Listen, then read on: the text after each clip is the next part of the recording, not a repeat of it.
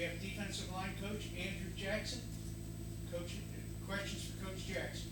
So AJ, a lot of reconstruction with your group, new guys, moving guys around. So just give us a synopsis on what the D lines look like. Look really good. I mean, really consistent. Guys fitting in their roles, have multiple different body types, so it's been good to kind of fool around with the 3 or 4 guys that are out there. But this group is different because their mentality's fixed on working. They're trying to be physical, and they're all competing for those spots that are up for grabs. So it's been fun to coach this group. You said the other day that while you don't have a Dante Stills, you have more depth. He felt quality depth. So, Absolutely. I kind of feel like it was when I was a kid when the Jets let go of Keyshawn Johnson and and took over Wayne Corbett, and Keyshawn said he was a flashlight. And, I think we have 9 or 10 flashlights that's going to, turn into a superstar. Would you say with this group the sum is greater than the parts? Absolutely. We don't have the Dante Stills eraser, but, we have a bunch of good players, a bunch of guys that run around and do their thing, and where the splash plays might not be there, but, we'll make all the routine plays we're supposed to make. So you go about it and maybe take your guys and say, okay, give me 5 plays, give me 6 plays or whatever, and kind of break it down like that? Absolutely. What's the guy's name from the Miracle, Herb Brooks? I got my lines, We'll be running in and out, baby.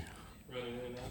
There's been conversation about Sean Martin maybe stepping up into the leadership role. Coach Brown's talked about that a lot.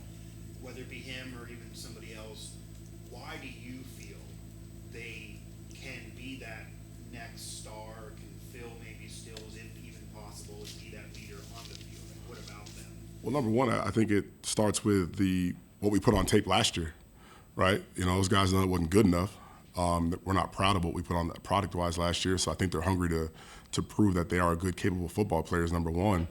And I think with, the combination of losing 3 starters, I think the competition's there for guys who want to take over the roles, so they're all making each other better by competing against each other. What have you seen out of the tackles? I think early on in fall, Neil said it's really important for Lockhart, Hammond, and Torma to, really come on. Yeah, number one, start with Mike. Mike's finally in shape. He came, after spring ball when he transferred in and didn't get a full cycle of training, was in the portal for a long time. So Mike's in shape, and I think he's turning to what he's capable of. Hammond Russell's healthy, ready to go. So, he's pushing to get on the field. He's had a year of injuries and ups and downs. And then Fatorma Moba's getting a chance to go against his old school. So I think the competition, again, is there, and the hunger's there, and the motivation's definitely there to prove themselves. You guys aren't incredibly big. How does a smaller D-line have to be effective? Got to be technicians, and it's a little bit of guerrilla warfare, As someone who's been associated with Penn State before, how have you told the guys anything about it, or what do you tell them about the first game?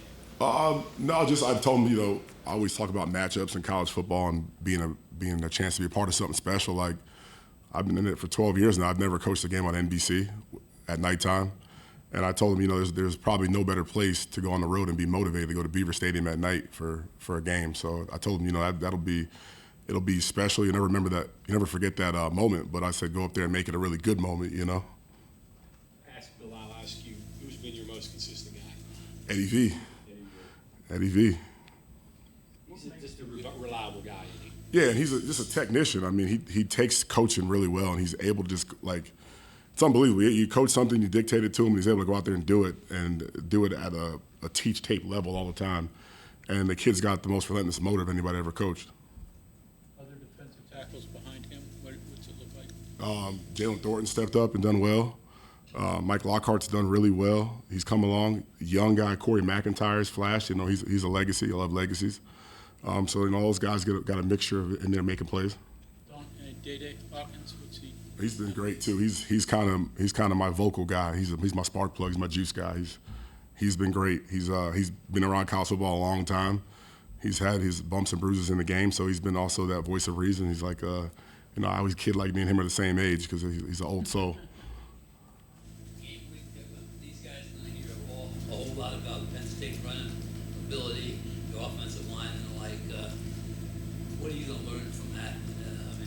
I guess you'll find out a lot about your team. Find out a lot about our group for sure against that O-line. and those running backs too. But I think we're right up there, O-line and running backs every day in practice. You know, we got a stable of backs here, and we've got a, you know, O-line that's got a ton of starts. So we see it every day in practice. With the goal of rotating so many different guys in, I think the next step is you got to plan for what you're going against, knowing that your players have different strengths against different things. Does that change your rotation plans from week to week, workload, things like that? And do you see that continuing to change through the season? Yeah, it'll change a little bit. I mean, also, you know, the parts of the playbook will be different for each guys as well. So, you know, me and Coach Leslie have a good idea what guys can do what well, and we'll go from there. You've had some injuries in the defensive end room, so what's the development there? How's that working out? It's going good. I mean, obviously, you know, Asani will be ready at some point this season. He's a young, bright star, but Dede Hawkins has done a great job. Torres Simmons has had a great camp. Looking for him to take the next step as a guy that's played a little bit, but hadn't really had a role. So it's been good. Does it hurt Sean that he's been a little bit limited? Yeah, but he's been playing for so long that I think he'll be fine. Hey, Jay, can I just fact check this up real quick? Hawkins is an end now? Yeah. Okay, and then Lockhart's a tackler or nose?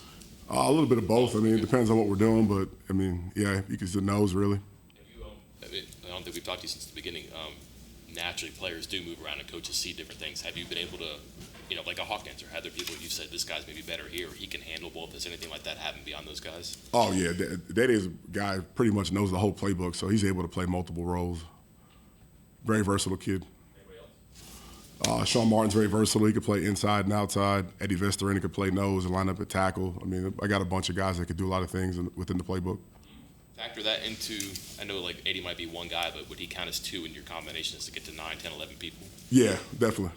Definitely. If you're going to roll out lines, you probably have to have newcomers, or maybe, I don't know, maybe even freshmen, I'm not sure, but are there a number of people who between now and, let's say, next Saturday, they have to make that leap so you can actually get 8 Oh, yeah. to 10 people? Hopefully the scrimmage day is moving day, and I kind of can get that 9 locked in. I want to see more of Zaki Lawton. I'm going to throw young Corey McIntyre into the mix there. Zachariah Keith, another young guy, throw into the mix there, see what he can do. Then again, I want to see Torres Simmons continue that consistency and see what he can do in the live scrimmage again. When you bring backups in, is it necessarily all three guys or multiple guys at once, or is it one at a time, mix and match, so you know, kind of give people different looks? Oh, no, it'll be mixing and matching, baby. We'll have all different types of permutations. I'm going to keep you all on your toes up there. I mean, that's an advantage to that, right? In a sense that, I mean, you have that type of depth and so many guys rolling there. Absolutely, and my guys embrace it. I mean, they like it.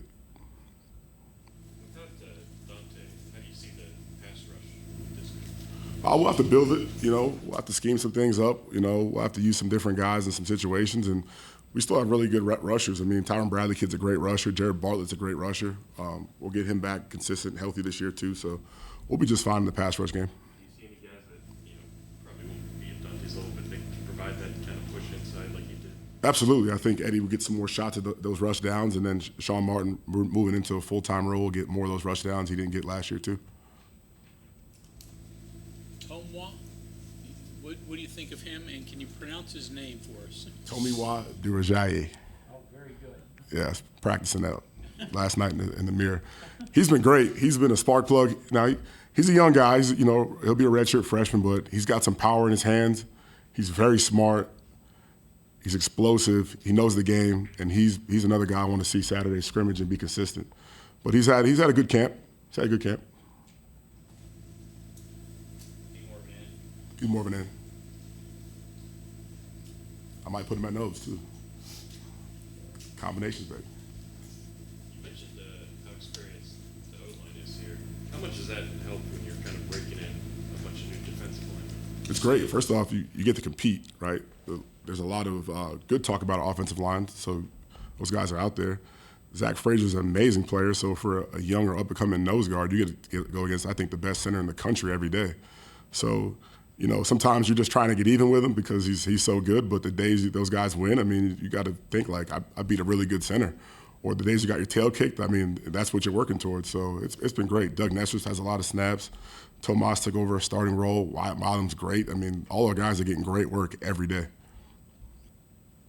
It's going to make you happy after Saturday scrimmage. Consistency, physicality, and guys running to the ball. Have you seen that to your liking so far? Are you getting the effort? I have. I haven't pulled my hamstring yet, chase anybody across the field, so it's been a good camp.